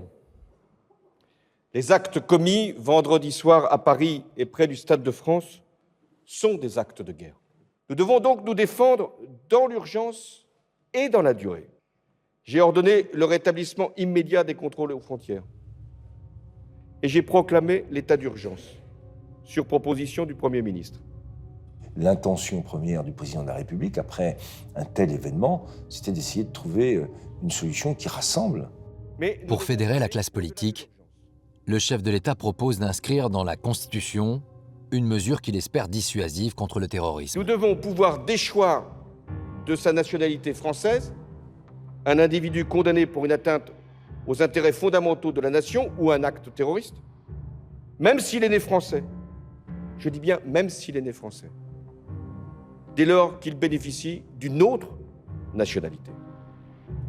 En découvrant cette proposition de déchéance de nationalité, une partie de la gauche se sent attaquée dans ses valeurs fondamentales qui prônent l'égalité entre tous les Français. Tout ce que la gauche compte de personnalités, d'intellectuels, de mouvements associatifs, de syndicats, monte au créneau en disant ce n'est pas possible. On sent que la gauche est totalement désemparée, à la fois les militants, mais les électeurs, que plus personne ne s'y reconnaît, quoi. Et là, tout va s'emballer. D'abord parce que lui-même ne croit pas à sa propre réforme. Parce qu'il a une mauvaise maîtrise, à mon avis, du sujet. Tout d'un coup, il s'est rendu compte que parler de la nationalité française, c'était ouvrir une très grande boîte historique et politique, c'est-à-dire idéologique, etc. Le projet de déchéance de nationalité sera finalement abandonné. La gauche aura toutefois un autre motif de colère avec la réforme du Code du travail, qui donne aux entreprises plus de flexibilité. Ce à quoi nous assistons pendant ce quinquennat est sans précédent. Nous n'avons jamais vu une gauche aussi affaiblie, aussi divisée dans l'histoire électorale récente. Jamais, jamais. Une division à laquelle l'un de ses anciens soutiens va apporter sa pierre.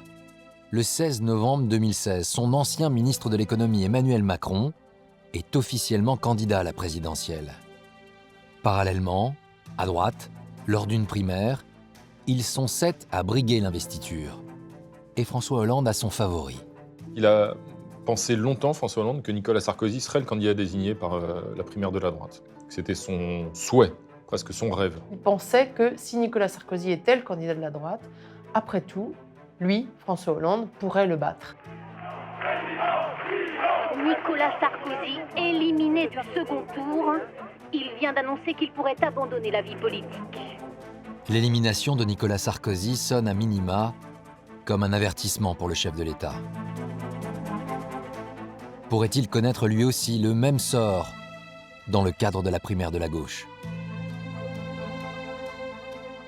Arnaud Montebourg, d'ailleurs, il appelait tous les électeurs à venir, et même ceux de droite, pour battre François Hollande. Dans le proche entourage de François Hollande, sa famille, ses enfants, son ex-compagne Ségolène Royal, mais aussi un ministre aussi influent que Jean-Yves Le Drian, le ministre de la Défense. Depuis déjà plusieurs semaines, ils expliquaient à François Hollande qu'il ne devait pas être candidat, qu'il devait s'éviter cette humiliation. Pour Manuel Valls, à vrai dire, ça fait déjà plusieurs mois qu'il piaffe et qu'il pense que François Hollande sera le pire candidat. Non seulement il échouera, mais en plus il entraînera la gauche vers le fond.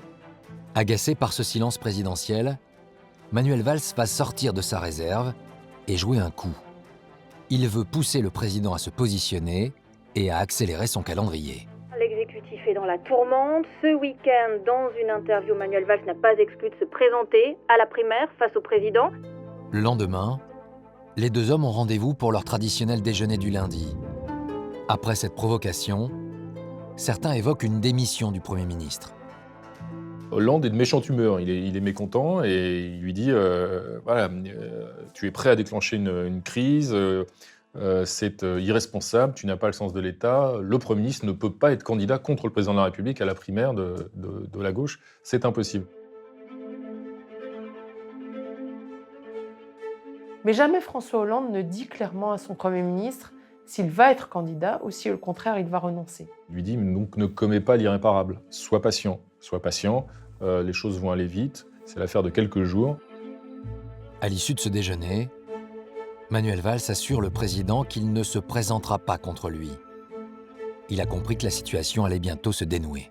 Il est décidé à ne pas démissionner et il est décidé à ne pas porter ce rôle du traître. Il a laissé Emmanuel Macron endosser le rôle de Brutus. Il ne va pas lui-même l'endosser, ça serait absurde de sa part. Seulement 3 jours plus tard, l'Élysée fait savoir que François Hollande s'exprimera le soir même à la télévision. François Hollande se contente simplement d'appeler son Premier ministre. Il lui dit « Je vais parler à la télévision, on se parle après ».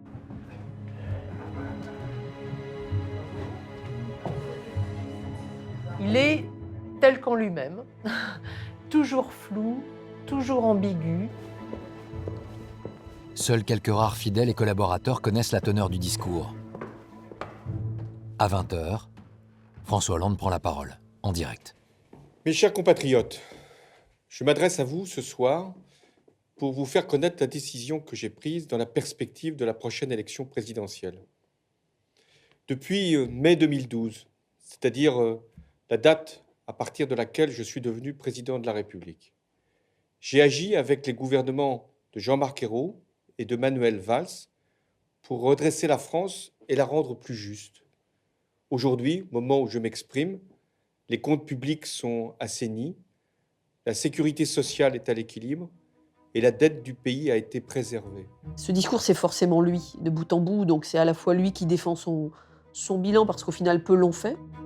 Ce n'est qu'au bout de 9 minutes, à la toute fin de son discours, que François Hollande met fin au suspense. Aujourd'hui, je suis conscient des risques que ferait courir une démarche, la mienne, qui ne rassemblerait pas largement autour d'elle. Aussi, j'ai décidé de ne pas être candidat à l'élection présidentielle, au renouvellement donc de mon mandat. Vive la République et vive la France. Ce renoncement présidentiel historique, après près de 5 ans au pouvoir, signe l'échec d'une gauche tiraillée entre des courants que tout oppose. La gauche n'a toujours pas résolu le problème du choix entre une gauche idéale, mythifiée, une gauche anticapitaliste, et puis une gauche social-démocrate qui assume le fait de vouloir exercer le pouvoir. Et ça, François Hollande n'a pas tranché ce débat, et il laisse au fond ses successeurs, ses enfants terribles, assumer ce dilemme qui n'a pas été tranché.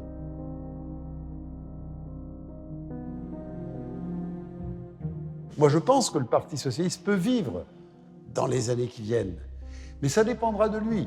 Mais si les enjeux de pouvoir, les enjeux d'appareil, les clientélismes ou les ambitions, la guerre des égos sont plus importants que les idées, le danger sera grand. Le Parti socialiste peut mourir, mais la gauche peut être surtout condamnée à l'opposition très longtemps, à cause de ses divisions et de son incapacité à se rassembler, alors que l'extrême droite est là, aux portes du pouvoir, et que la droite française ne donne pas envie.